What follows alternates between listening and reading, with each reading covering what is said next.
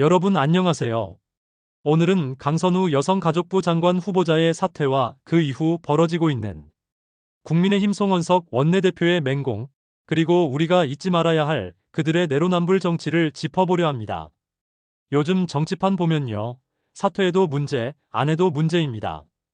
강선우 의원이 자진 사퇴를 했는데도 국민의힘은 의원직도 내놔라, 국회 윤리위에 제소하겠다고 벼르고 있죠.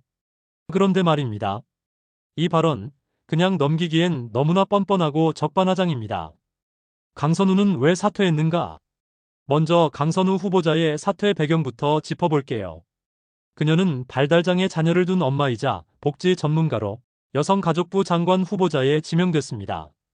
하지만 보좌진에 대한 갑질 의혹, 사적 심부름 지시 논란, 그리고 과거 인턴 채용 과정에서의 문제 등 여러 의혹이 제기됐죠. 여론은 싸늘해졌고 이재명 대통령과 민주당의 부담도 커졌습니다. 결국 강선우 후보자는 청문회도 거치지 않고 자진 사퇴를 선택했습니다.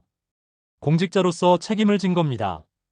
솔직히 정치인에게 이런 결단 쉽지 않거든요. 자리를 탐하지 않고 내려놓는 결정, 그 자체로 의미가 있습니다. 송원석의 공격, 이건 도 넘었다. 그런데 송원석 원내대표는 여기서 멈추지 않았습니다. 도망치듯 사퇴했다. 거짓 해명에 급급했다.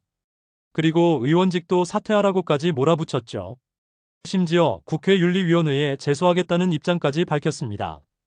여러분, 이쯤 되면 정말 묻고 싶습니다. 그럼 윤석열 정권 시절에 벌어졌던 수차례 막무가내 임명 강행, 그때는 왜 아무 말도 안 했습니까? 윤석열 정권 인사들 기억 안 나십니까? 자, 우리가 너무도 잘 아는 이름들 한번 꺼내봅시다. 박순애 전 교육부 장관, 음주운전, 논문 표절, 갑질 논란까지 있었는데도 임명 강행됐습니다. 이상민 행안부 장관은 어떻습니까? 이태원 참사 때 무능하게 대응하고 내란 계엄 때 의혹 있어도 잘리지 않았습니다. 김건희 씨 관련 주가 조작, 논문 의혹, 허위 경력 논란. 수사 한번 제대로 이루어졌습니까? 그 어떤 인사도 윤석열 정권은 물러나게 하지 않았습니다. 그땐 야당인 민주당이 수차례 철회 요구했지만 대통령은 끝까지 고집부리며 임명했습니다. 그때 송원석, 입 열었나요? 아니죠. 입국 다물고 옹호했잖아요. 이중잣대 정치, 이젠 지겹습니다. 이제 와서 정권이 바뀌고 이재명 정부가 들어서니까 고스란히 따라하며 오히려 더 거칠게 공격하고 있습니다. 사퇴한 사람에게 의원직도 내놔라. 이게 정치입니까?